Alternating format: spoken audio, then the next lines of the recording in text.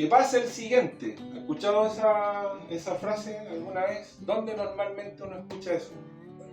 En el hospital, ¿cierto, hermano? Que pase, y uno se alegra cuando uno ve su numerito que tiene ahí, está esperando. Y finalmente cuando lo atienden, ya uno sale medio decepcionado porque la atención fue así como... y salimos reclamando, ¿no? Pero qué alegría cuando por fin nos llaman, ¿verdad? Y nos atienden y tratan de resolvernos nuestras dificultades. Todos pasamos por situaciones, ¿cierto? Enfrentamos luchas, tenemos inquietudes. ¿O soy el único pecador que...? No, yo creo que todos en algún momento pasamos por alguna situación compleja en nuestra vida, ¿cierto? Alguna tristeza, algún dolor, alguna ansiedad, algún problema que no nos deja dormir a veces, situaciones con los hijos, situaciones también dentro de la familia, muchas, ¿no? Y a veces no solamente son cosas de uno personales, a veces son de otras personas, pero estamos tan relacionados, ¿verdad? Somos amigos o son nuestros parientes cercanos. Y estamos ahí angustiados por situaciones, de cosas que nos entristecen. Nos entra la duda a veces con respecto a algunos temas, a lo mejor, ¿no? Nadie puede decir aquí que lo sabe todo, ¿no? Aparte de nuestro hermano Marco acá, que no. Nadie sabe todas las cosas. Siempre hay alguna duda, algo que nos queda ahí como pendiente, estamos como, ¿qué pasará con esto? No tenemos claridad 100% de todas las cosas. Incluso a algunos de pronto por ahí les surge la desconfianza. ¿Será que es así tanto la cosa? Y entramos ahí a ponernos un poco disconformes con la situación, ¿ya? Mire, una de las cosas que encontramos maravillosas que encontramos en la Biblia es que la Escritura nunca se guarda nada, ¿ya? Sobre todo si se trata de revelar o de mostrarnos las situaciones que vivieron las personas, como vamos a ver hoy día en este caso, los discípulos. Y en este pasaje que ya el hermano nos leyó delante, en Juan capítulo 14, encontramos unas conversaciones muy interesantes entre Jesús y sus discípulos, específicamente con dos de ellos. Pero sabemos, ¿cierto?, que en esta etapa el Señor estaba en lo que le llaman los comentaristas el ministerio privado con los discípulos, que en realidad fue un periodo muy cortito, porque desde Juan capítulo 13 hasta el capítulo 17 pasaron unas horas nomás, unas cuantas horas, porque Jesús iba a ser llevado a la cruz. Todo lo que está ocurriendo en estos capítulos son horas antes de que Jesús fuera a la cruz. El Evangelio de Juan está muy bien ordenado en ese sentido, ¿verdad?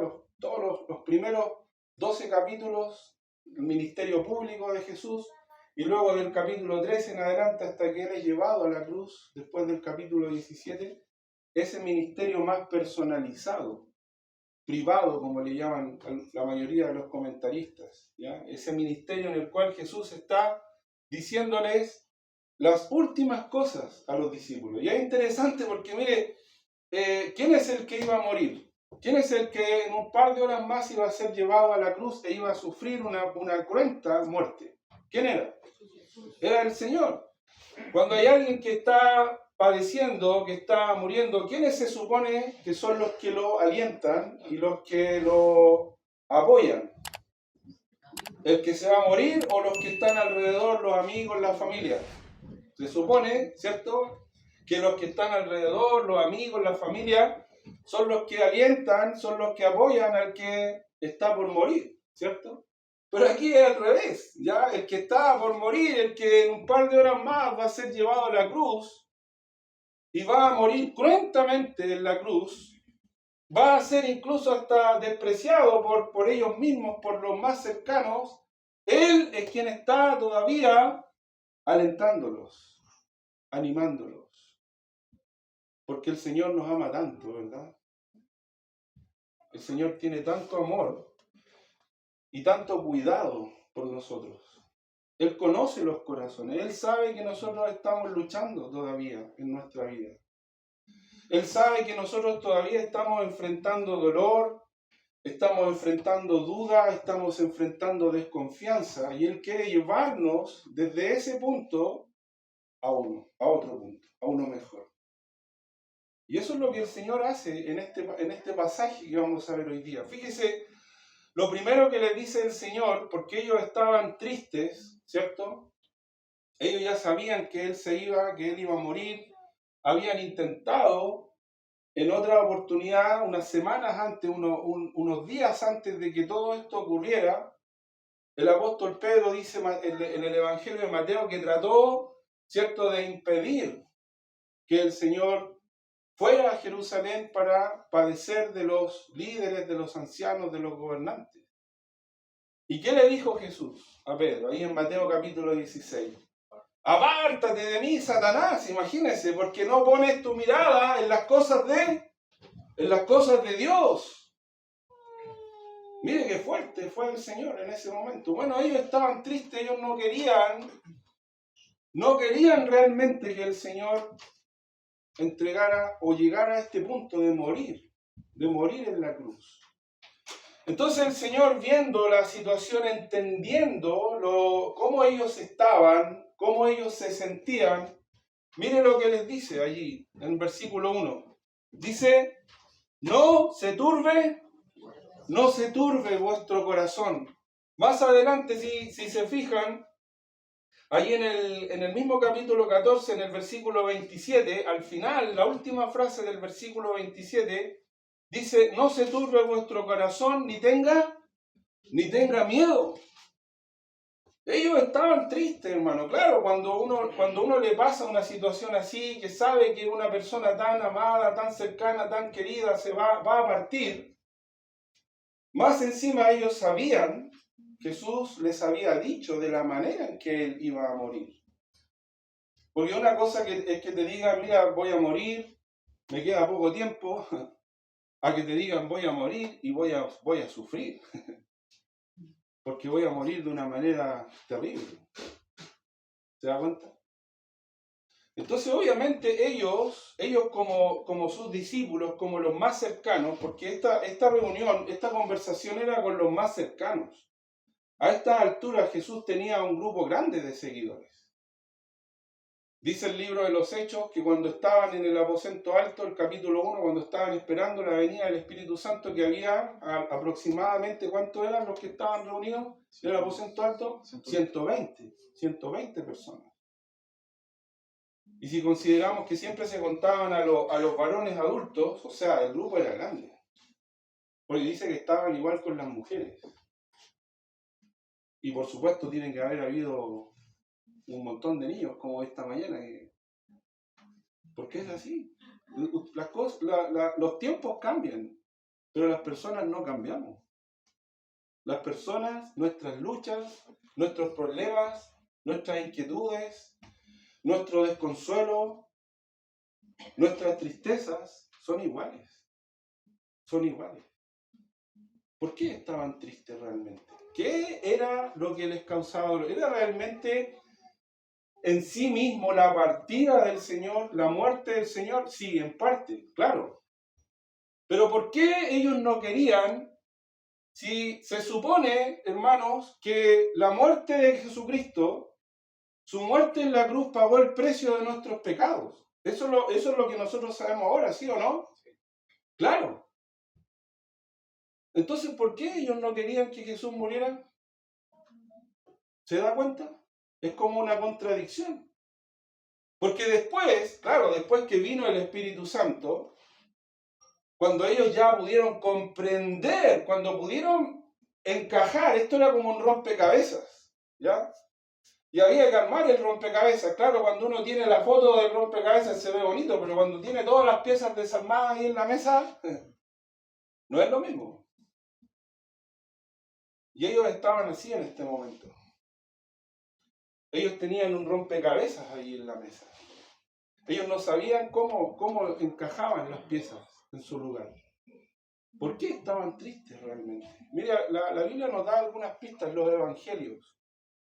Nos dan algunas pistas de lo que estaba ocurriendo. Aquí mismo, por ejemplo, ahí en el capítulo 16, si me acompañan rápidamente, no vamos a profundizar porque va a llegar un momento en que ustedes van a ver esta parte en el capítulo 16, pero solamente para darnos cuenta de la situación, de lo que está pasando en el corazón de los discípulos que Jesús sí podía entender. Porque para Él no hay un rompecabezas, para Dios nunca hay un rompecabezas, hermano. Dios ve todo su obra completa, porque Él lo sabe todo. Capítulo 16. Versículo 5. Pero ahora voy al que me envió y ninguno de vosotros me pregunta ¿a dónde vas? Antes, porque os he dicho estas cosas, ¿qué pasa con ellos? Tristeza ha llenado vuestro corazón. Tristeza, ¿se da cuenta? Tristeza ha llenado vuestro. ¿Por qué estaban tristes? ¿Por qué estaban con esa carga de dolor? Sabían que el Señor se iba, Él ya se los declaró abiertamente, voy a morir, me van a matar, uno de ustedes me va a traicionar. O sea, terrible todo lo que le iba a pasar al Señor. Pero mire, hay una pista ahí en el Evangelio de Lucas, en el capítulo 24. Me llama la atención siempre esta historia, es una historia muy conmovedora de dos de los discípulos, de dos de este grupo más grande. Porque esto era transversal, ¿ya? No es que esto solamente lo estaba sintiendo Pedro, Juan, Tomás, Felipe, no, todos los discípulos del Señor estaban en esta situación, estaban sintiendo este pesar. Estaban pasando por este dolor, por esta amargura, que incluso yo casi la catalogaría de decepción. Miren, Lucas 24, versículo 13. Y he aquí, dos de ellos iban el mismo día, aquí ya había ocurrido la muerte en la cruz, ya había ocurrido, incluso ya había ocurrido la resurrección. Este era el día de la resurrección, cuando dice el mismo día. Y he aquí, dos de ellos iban el mismo día a una aldea llamada Emaús, que estaba a 70 estadios de Jerusalén, estos son más o menos 11 kilómetros, e iban hablando entre sí de todas aquellas cosas que habían acontecido. Sucedió que mientras hablaban y discutían entre sí, Jesús mismo se acercó y caminaba con ellos, porque Él ya había resucitado. Mas los ojos, versículo 16, mas los ojos de ellos estaban velados, para que no le conociesen. Y les dijo, ¿qué pláticas son estas que tenéis entre vosotros mientras camináis? ¿Y por qué estáis tristes? Ahí apareció otra vez, ¿no? ¿Por qué estáis, qué? Tristes. Respondiendo uno de ellos, que se llamaba Cleofas, le dijo, ¿eres tú el único forastero en Jerusalén que no has sabido las cosas que en ella han acontecido en estos días? Entonces él les dijo, ¿qué cosas? Y ellos dijeron, de Jesús Nazareno, que fue varón profeta, poderoso en obra y en palabra delante de Dios y de todo el pueblo, y cómo le entregaron los principales sacerdotes y nuestros gobernantes a sentencia de muerte y le crucificaron. Mira ahora, por favor, observe lo que dice, porque este versículo es clave para entender lo que estaba pasando con ellos. Versículo 21. Pero nosotros, ¿qué dice? Esperábamos que Él era el que había, ¿de qué cosa? De redimir a Israel. ¿Se da cuenta? ¿Cómo estaban? ¿Cómo se sentían ellos? Se sentían decepcionados. Esa era la razón de su tristeza, hermanos. Mire lo que está pasando. Ellos esperaban que el Mesías, ¿qué tenía que hacer para ellos el Mesías? Rescatarlo, salvarlo. Eso significa la palabra redimir, redimir a Israel. Ellos no querían a un Mesías muerto. Ellos no querían a un Mesías sufriente, aun cuando conocían las profecías. Conocían Isaías 53, conocían Salmo 22, conocían esos pasajes. Sí, los conocían, porque eran judíos. Muchas veces los habían leído. Pero ellos no querían a ese Mesías. Ellos querían un Mesías que les resolviera sus problemas, sus necesidades, las cosas inmediatas, las cosas que ahora a ellos les preocupaban.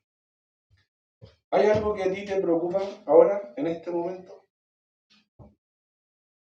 A lo mejor el Señor no lo ha resuelto. Y sabes, quiero decirte algo. A lo mejor el Señor no lo va a resolver. No te lo va a resolver. ¿Cómo te vas a sentir? ¿Te vas a decepcionar? ¿O te has sentido decepcionado del Señor porque no te ayudó frente a una situación o frente a una lucha, frente a una enfermedad, frente a un fracaso, frente a una frustración? Esa es la razón de la tristeza de los discípulos, realmente. Porque ellos no querían que Jesús muriera. Porque ellos no entendían todo lo que realmente significaba la obra de Cristo. Pero el Señor conocía su corazón. Y tal como conocía el corazón de ellos, conoce tu corazón también en esta mañana. Igual, de la misma manera. Y mire qué hizo el Señor, volviendo a Juan capítulo 14. Cómo el Señor los sacó a ellos de este sentimiento, de este sentir de frustración, de decepción, de dolor, de tristeza.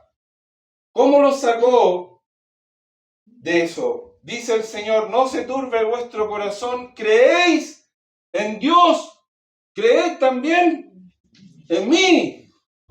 En la casa de mi Padre, muchas moradas hay, muchos lugares hay. Si así no fuera, yo os lo hubiera dicho. Voy pues a preparar lugar ¿para quién? Para ustedes. Y si me fuere y os preparare lugar, ¿qué haré?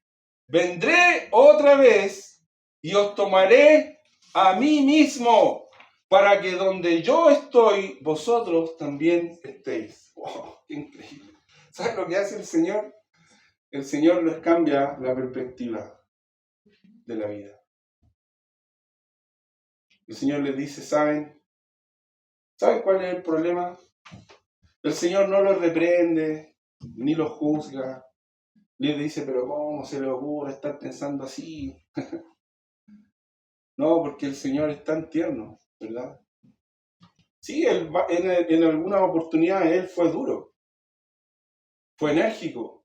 ¿Se quieren ir ustedes? Aquí mismo en el Evangelio de Juan, tienen que haberlo visto hace tiempo atrás, capítulo 6. ¿Se quieren ir también? Váyanse, ahí está la puerta, tiene 2 metros de alto y más de 1 metro de ancho. Nadie los está aquí reteniendo. ¿Se quieren ir? Váyanse. Yo no quiero gente que me siga por los panes y los peces.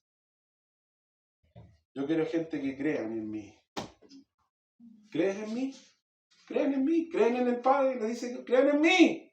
Yo voy a tener que cumplir el mandato de mi Padre, voy a terminar mi obra, voy a ir a preparar un lugar para ustedes, porque yo les he prometido que donde yo estoy, ustedes también van a estar, así que cambien la perspectiva de la vida. Dejen de pensar solamente en las cosas terrenales. Porque estas cosas terrenales, dice Pablo en 2 Corintios capítulo 4, estas cosas terrenales, ¿qué son? Son temporales. Pero las cosas que no se ven, esas cosas son eternas. Y Pablo también le dice a los colosenses, pongan la mirada en las cosas de arriba, no en las de la tierra. Porque nuestra vida está escondida, ¿con quién? Con Cristo en Dios. Esa debe ser la mirada del creyente. ¿Por qué muchas veces nos acongojamos? ¿Por qué muchas veces sufrimos? Nos entristecemos y nos duele el alma, el corazón, porque nuestra mirada está más puesta en las cosas de esta vida, en las cosas terrenales. Pero no está puesta en las cosas eternas. Y eso fue lo que hizo el Señor. Les cambió la perspectiva y les dijo, pongan su mirada en la esperanza que tenemos en el Señor. ¿Te das cuenta? ¿Cuántas veces hemos estado solamente concentrados, enfocados en las cosas terrenales? No estoy diciendo, ni siquiera el Señor está diciendo eso, de que es malo que no pensemos, por ejemplo, en el bienestar de nuestra familia, en nuestro propio bienestar. Pero ¿qué nos recuerda el Señor? El Señor le recuerda a sus discípulos, mira las aves. ¿Has visto aves sembrando? No, las aves no siembran, pero el Señor Él las alimenta. ¿Y qué hacen ellas? Le dan gloria a Dios. Qué hermoso escucharlas, ¿verdad? Cuando están cantando, cuando están alabando a su Creador. Y ellas hacen eso porque Él es su Creador. Pero tú puedes alabar y adorar a tu Salvador, a tu Señor. Mira las flores, miren las flores, les dice el Señor. Ni Salomón se vistió tan maravilloso como Dios viste a las flores. Estamos por deleitarnos con la primavera, ¿cierto? Estamos observando, yo salgo a mirar los arbolitos y veo que ya vienen los brotes, y estoy así como, está expectante en mi corazón. Y vamos a ver un amanecer tan maravilloso, ¿verdad? En el jardín. ¿Quién hace eso? Y les dijo el Señor, ¿ustedes creen que el Padre no va a tener más cuidado de vosotros? ¿Y qué les dice? Hombres de poca fe. Y eso es lo que nos pasa. Hermanos, pongamos la mirada allí en el Señor. Que la esperanza de la gloria eterna, porque eso es lo que hizo aquí el Señor. Les recordó la esperanza de la gloria eterna. Imagínense un lugar para cada uno de nosotros.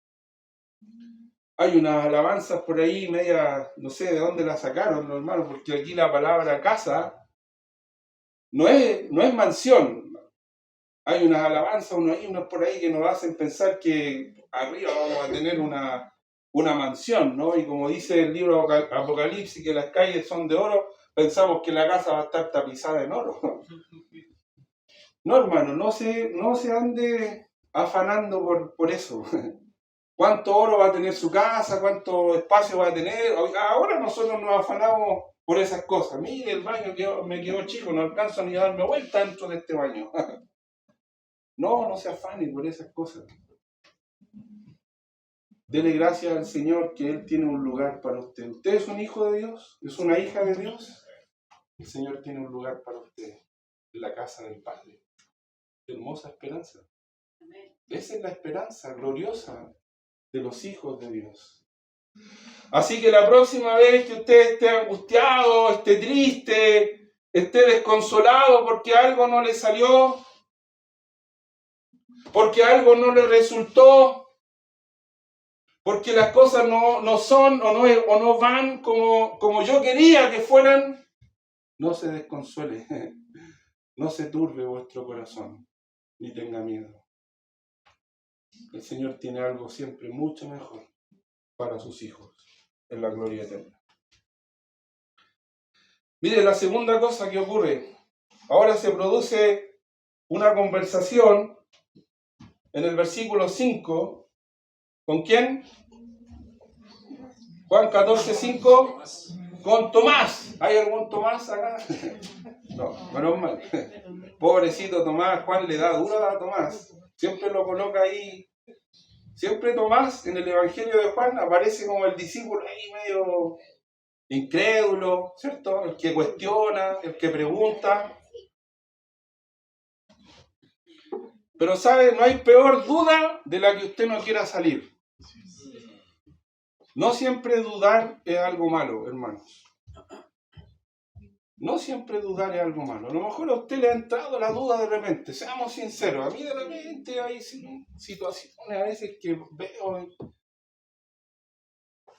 y no es que quiera luchar ahí contra el Señor, sino que estoy como cuando uno le pica algo por ahí por la espalda, ¿no? Como que se siente incómodo y dice, Señor, ¿por qué? ¿Le ha preguntado alguna vez al Señor? Sí, yo creo que sí. No me responda si no importa. Si yo no veo los corazones, pero el Señor sí. Le dijo Tomás, dice versículo 5, Señor, no sabemos a dónde vas. ¿Cómo pues podemos saber el camino? Mire, Jesús le acaba de decir, en versículo 4, así como con toda seguridad, ¿no? Y sabéis a dónde voy y sabéis el camino. Es como que es como raro esto, porque miren, en el capítulo 13, si me acompañan rápidamente, solamente para recordar, miren lo que dice el versículo 33, 13:33, hijitos, aún estaré con vosotros un poco, me buscaréis, pero como dije a los judíos, así os digo ahora a vosotros, a donde yo voy, vosotros no podéis ir.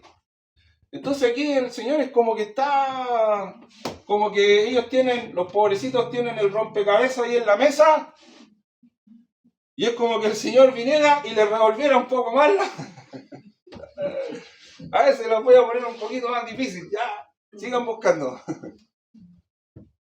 Y sabéis a dónde voy y sabéis el camino. Entonces Tomás salta y a ver, Señor, no quiero ser irrespetuoso contigo, pero no sabemos el camino. No sabemos a dónde va. ¿Cómo podemos saber el camino? Y él estaba luchando con eso.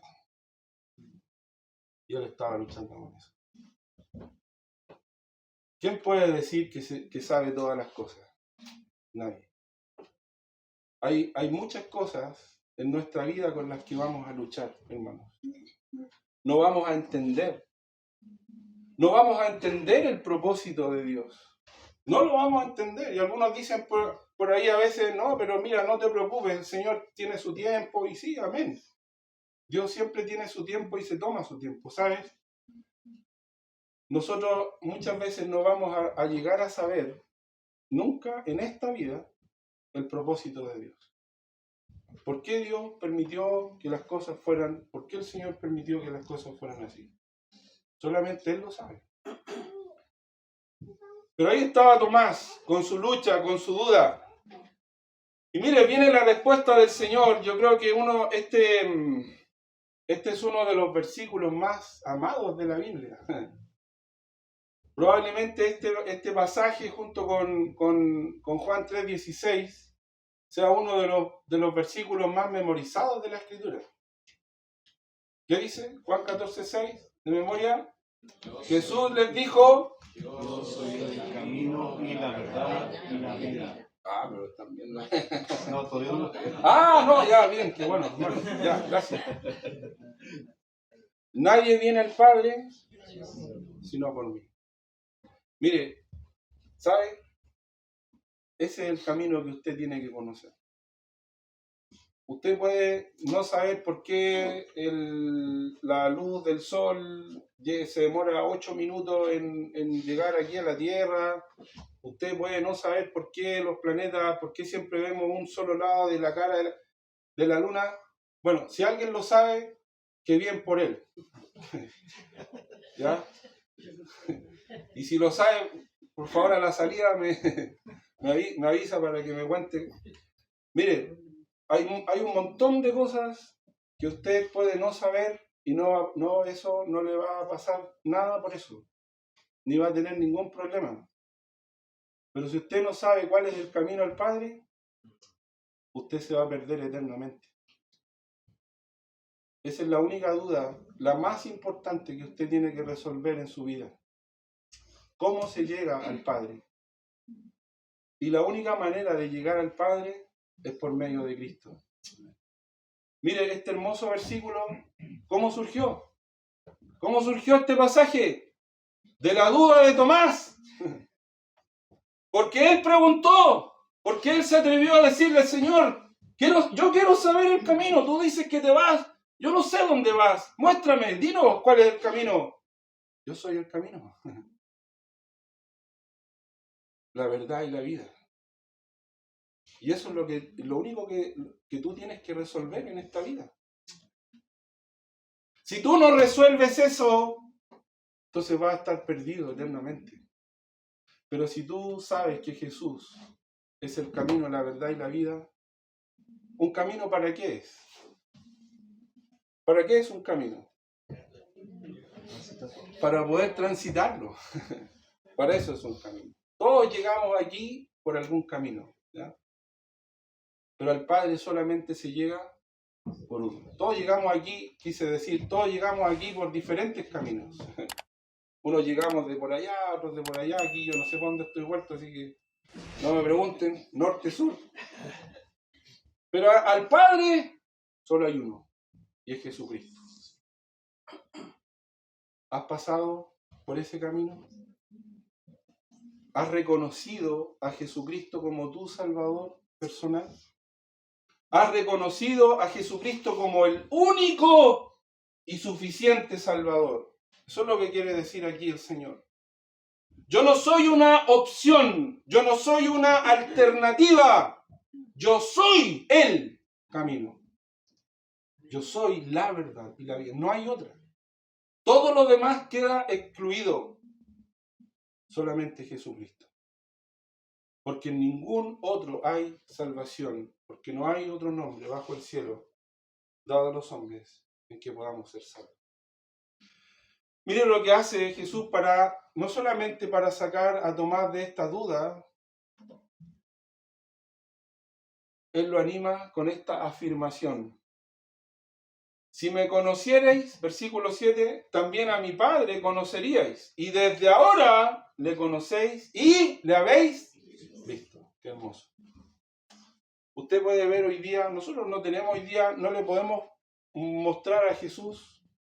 Aquí está Jesús, véanlo, todos, contémplenlo. No. Ni siquiera una imagen, por más bonita que sea, de Hollywood, ¿cierto? Donde uno lo ve a veces al Señor y uno casi no lo puede ni mirarlo de la atrocidad, ¿cierto? De lo que uno ve. No, esas son imágenes. Lo que nos muestra realmente al Señor es este libro, su palabra. Aquí está el Señor. Usted tiene que verlo y aceptarlo por la fe. Cuando Jesús habla en todo el Evangelio de Juan, y después en las cartas de Juan, cuando él habla de conocerlo, él no está hablando de un consentimiento intelectual. Él está hablando de una relación personal. De ese tipo de conocimiento. Usted no tiene que saber de Jesús, usted tiene que tenerlo en su corazón. Si usted no ha invitado a Cristo a entrar en su vida, tiene que hacerlo. Porque si usted no lo hace, si usted no reconoce a Jesucristo como su Salvador y no lo invita a entrar en su vida para que Él le limpie, le perdone, y usted arrepentido de sus pecados, venga a Jesucristo para que Él sea su Salvador, entonces usted puede pasar la vida sentado en una reunión, usted puede ir a un montón de iglesias, pero ninguna de esas cosas le va a dar a usted la seguridad de la salvación, porque solamente Jesucristo es el camino. No hay otro. Y el Señor afirma la fe de Tomás diciéndole, ahora ustedes sí me conocen y me han visto, porque me han reconocido como su Salvador personal. Pero viene la tercera y última inquietud que el Señor resolvió en otro de sus discípulos. Ahora le tocó a, versículo 8, ¿a quién? A Felipe. ¿Hay un Felipe acá? Ya, se están salvando todos los... Ya, hoy día no está, se salvó, anda por allá por Calama. Ya. Felipe le dijo, Señor, muéstranos al Padre. Y listo. Valió la pena todo el tiempo que... Estos 3 años y medio que anduvimos dando vuelta contigo para allá y para acá, ya con eso me basta. Nos basta. Y más encima los metió a todos en el saco del Felipe, así como que para que no parecer él nomás que estaba con esta inquietud. ¿Sabe? Esta inquietud de Felipe es una muestra, ¿sabe de qué? Es una muestra de disconformidad. ¿Ha estado usted disconforme con algo? Sí, yo creo que sí. Nosotros somos... Uno de los problemas que tenemos hoy día es que nos gusta la comodidad. ¿Sí o no? Claro. Si hace frío, ¡oye, que está helado! Si hace calor, ¡oye, que está caluroso aquí la cuestión! ¿Ya? Y andamos reclamando por todo. Hoy día hace mucho calor, mañana va a hacer mucho frío, hoy día ha llovido mucho, hoy día aquí y allá. Disconformidad. ¿Saben? Bueno, esas son cosas cosas externas. Lo triste es cuando empezamos a estar disconformes con el Señor. Ahí está el problema. ¿Cómo vamos a estar disconformes con el Señor? El Señor lo es todo, hermano. Él debe ser todo para nosotros. La disconformidad es un pecado. Miren lo que dice Felipe. Señor, mira, hemos visto tus milagros, ya, sí, yo vi cuando en las bodas de Caná tú convertiste el agua en vino. Fabuloso, espectacular. A mí me tocó recoger de lo que había sobrado de los panes y los peces. Cada discípulo recogió, ¿se acuerdan? Una cesta llena. Felipe dice, aquí mismo el Evangelio de Juan, era de la misma ciudad de Pedro y de Andrés, eran de Betsaida, ¿cierto? Eran pescadores, Felipe también era parte del grupo. Ahí al final del Evangelio se habían ido a pescar y ahí andaba Felipe también metido. Vio la pesca milagrosa, vio los milagros de Jesús, vio cómo resucitó a la hija de Jairo, cómo resucitó a Lázaro, cómo hizo todas las cosas que hizo el Señor. Felipe estuvo ahí. Fue testigo directo de los milagros. ¿Pero estaba conforme? ¿Estaba conforme? ¡No! ¿Qué le faltaba? No, Señor, quiero la experiencia sublime. Yo quiero la experiencia sublime. Muéstranos al Padre y ya con eso no importa, Señor. Váyase nomás tranquilo, haga su viaje, donde tenga que ir. Pero yo con que me muestre el Padre, quedo pagado. ¿Sí o no? Claro, si eso es lo que está diciendo. Parece fuerte como uno lo presenta, pero hay que verlo, así está presentado. Miren lo que le dice el Señor. Tanto tiempo hace que estoy con ustedes. ¿Y qué le dice? Y no le dice, y no me han conocido. Felipe los había metido a todo el saco. ¿Se da cuenta? Muéstranos al Padre y nos basta. Pero el problema no estaba este problema en todo. El problema era de Felipe. Tanto tiempo he estado con vosotros, Felipe, y no me has conocido. No has pasado tiempo. Este conocimiento del que habla aquí el Señor no es el conocimiento del saber cosas. Mire, una de las cosas que nos pasa aquí a nosotros los cristianos, estos cristianos así como nosotros, que nos gusta estudiar la palabra, estudiar la Biblia, que hacemos cursos, institutos, de paso están abiertas las matrículas para el instituto. Una de las cosas que nos pasa a estos cristianos así como nosotros, y no lo estoy diciendo en forma despectiva, ojo, pero es un problema. Que nos llenamos de conocimiento sapiensal, de saber. Sabemos un montón de cosas, pero nunca hemos llegado a apropiar esas cosas en nuestra vida. Mire qué fuerte. ¿No se da cuenta lo que le está diciendo el Señor a Felipe? O sea, Felipe, quiere decir que estos 3 años y medio tú me has estado observando, me has estado viendo, pero yo soy un perfecto desconocido para ti. O sea, en el fondo, Felipe, tú no te has dado cuenta quién soy yo. ¿Quién soy yo? Y el Señor se lo dice. El que me ha visto a mí, ¿a quién ha visto? Ha visto al Padre. ¿Cómo pues dices tú, muéstranos al Padre? ¿De qué estás hablando? ¿No te has dado cuenta de los milagros que he hecho? ¿Se acuerdan cuando Juan el Bautista, porque Felipe era uno de los discípulos de Juan el Bautista? Ahí lo dice este Evangelio en el capítulo 1. Vuelve a revisarlo porque ya hace rato que pasaron por el capítulo 1, así que hay que volver atrás y recordar esas cosas.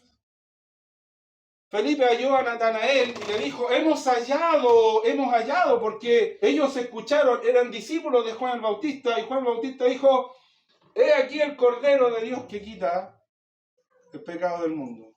Juan capítulo 1. Y después dice que Felipe halló a Natanael y le dice allí en el versículo 1:44, por ahí le dice, hemos hallado al del cual habla Moisés y todos los profetas, a Jesús de Nazaret. Y ahí salta Natanael, de Nazaret, ¿qué va a salir algo de bueno, cierto? Se produce esa conversación. Y Felipe era uno de los discípulos de Juan, y cuando Juan el Bautista estaba en la cárcel, ¿qué le mandó a preguntar? ¿Eres tú el Cristo? ¿O tenemos que esperar todavía a otro? ¿Qué le pasó a Juan? Le entró la... ¿Ve? Si a todos les pasa lo mismo. ¿Y qué le mandó a decir Jesús? Vayan y díganle a Juan, los ciegos ven. ¿Ah? O sea, miren, Juan, las obras. Miren lo que le dice acá el Señor. ¿No cree, versículo 10, que yo soy en el Padre y el Padre en mí? Las palabras que yo os hablo, no las hablo por mi propia cuenta, sino que el Padre que mora en mí, Él hace las obras. Creedme que yo soy en el Padre y el Padre en mí. De otra manera, creedme por las obras. Cuando Nicodemo vino a Jesús, le dijo, nadie puede hacer las obras que tú haces si no viniera de Dios. ¿Te das cuenta? Entonces, Jesús le dice a Felipe, tú no tienes ninguna razón. No tienes ninguna razón para desconfiar de mi persona. Te he dado todas las pruebas suficientes. Te he dado todas las pruebas suficientes para que estés conforme y para que creas y para que sepas quién yo soy. Pero el problema está en tu corazón, en tu mente, en tu corazón. Tú estás disconforme, quieres una experiencia mayor, algo más sublime que yo te pueda dar. ¿Qué más quieres que te dé? Yo soy el Señor. Créeme, créeme. Y si no me quieres creer por lo que digo, créeme por lo que hago. Pero créeme. Qué triste que el Señor tuviera que haberle dicho a uno de sus discípulos estas cosas. Pero tuvo que decírselas. Qué triste es cuando nosotros estamos disconformes. Por eso la palabra nos dice, Pablo le dijo a Timoteo, al final de su primera carta, que los creyentes tienen que estar conformes y ser agradecidos. Sean vuestras costumbres sin avaricia, dice el escritor de Hebreos capítulo 13, contentos con lo que tenéis, porque Él dijo, no te dejaré ni te desampararé. Pero ahí vamos nosotros, reclamándole al Señor cosas. Cuando lo tenemos todo con Él. El Señor lo es todo, hermano. Debemos darle gracias que Él esté con nosotros. Que Él nunca nos desampare. Que Él siempre esté de nuestro lado. Y el Señor termina esta sección declarándoles una promesa maravillosa. De cierto os digo, versículo 12, que el que en mí cree, las obras que yo hago, él las hará también, y aún mayores hará, porque yo voy al Padre. Y todo lo que pidierais al Padre en mi nombre lo haré, para que el Padre sea glorificado en el Hijo. Si algo pidierais en mi nombre, yo lo haré. Esta es una declaración de promesa, de propósito del Señor, específicamente para ellos, para los discípulos. Aquí está hablando el Señor de las cosas que ellos harían como apóstoles, como discípulos del Señor, en cuanto a las señales que el Señor les dio a ellos para que ellos pudieran ir predicando el Evangelio y ese Evangelio fuera confirmado por medio de las obras que ellos harían. Estas cosas fueron particulares a los apóstoles. Algunos por ahí rasgan vestidura y dicen, no, pero ¿cómo usted va a estar diciendo que ahora el Señor no hace ese tipo de cosas? No. El Señor hace milagros, Dios hace milagros todavía, sí, por supuesto. Pero no de la manera en que Dios le entregó a estos hombres la confirmación del Evangelio en aquel entonces. Mire lo que dice el Señor. Dice, para que el Padre sea glorificado en el Hijo. Ya con eso, ahí está la gran diferencia de muchas veces de las cosas que vemos hoy día en cuanto a estos que hacen milagros y señales y cosas así. Nunca la gloria es para Dios. Ahí está solamente con eso ya queda desacreditado todo el actuar de estas personas. Cuando los discípulos hicieron un milagro, cuando ellos hicieron una señal, Hechos capítulo 3, cuando Pedro y Juan sanaron al hombre cojo que estaba puesto ahí en la puerta del templo de Hermosa, después cuando el pueblo se agolpó y dijo, ustedes no pongan su mirada en nosotros, dice Pedro, como si por nosotros hubiese sido hecho esto. En el nombre de Jesús de Nazaret. Y ahí vino la predicación de Pedro. Y cómo Dios usó eso, ¿no es cierto?, para que ese día una multitud de personas llegaran a los pies de Cristo. Eso es lo que el Señor le está diciendo aquí, le está declarando el propósito por el cual ellos iban a establecer la iglesia. Esto es un tema mucho más amplio, que lamentablemente no lo podemos profundizar más aquí ahora. Pero créanme, hermanos, que es así. Pero investíguenlo ustedes también por su parte para que puedan profundizar más en esto. Los discípulos, el Señor les proveyó de esta autoridad para que en su nombre a los apóstoles ellos pudieran hacer estas señales y el mensaje del Evangelio fuera confirmado para ellos. Hoy día nosotros tenemos la Escritura, tenemos la palabra y esto es lo que nos confirma a nosotros la verdad y el Evangelio. Pero aquí está el Señor, ¿se da cuenta? Tratando con cada uno. Y eso es lo que el Señor quiere hacer también con nosotros. Le quedan un par de horas al Señor para ir a la cruz y morir, pero Él todavía está preocupado por sus discípulos, por lo que ellos sienten, por sus luchas, por sus inquietudes, por su dolor, por su tristeza, por sus dudas, por sus desconfianzas. Pero ahí está el Señor, llevándolos del dolor a la esperanza, de la duda a la afirmación, de la desconfianza a la fe. Y eso es lo que quiere hacer también el Señor en esta mañana, en esta tarde ya, con cada uno de nosotros.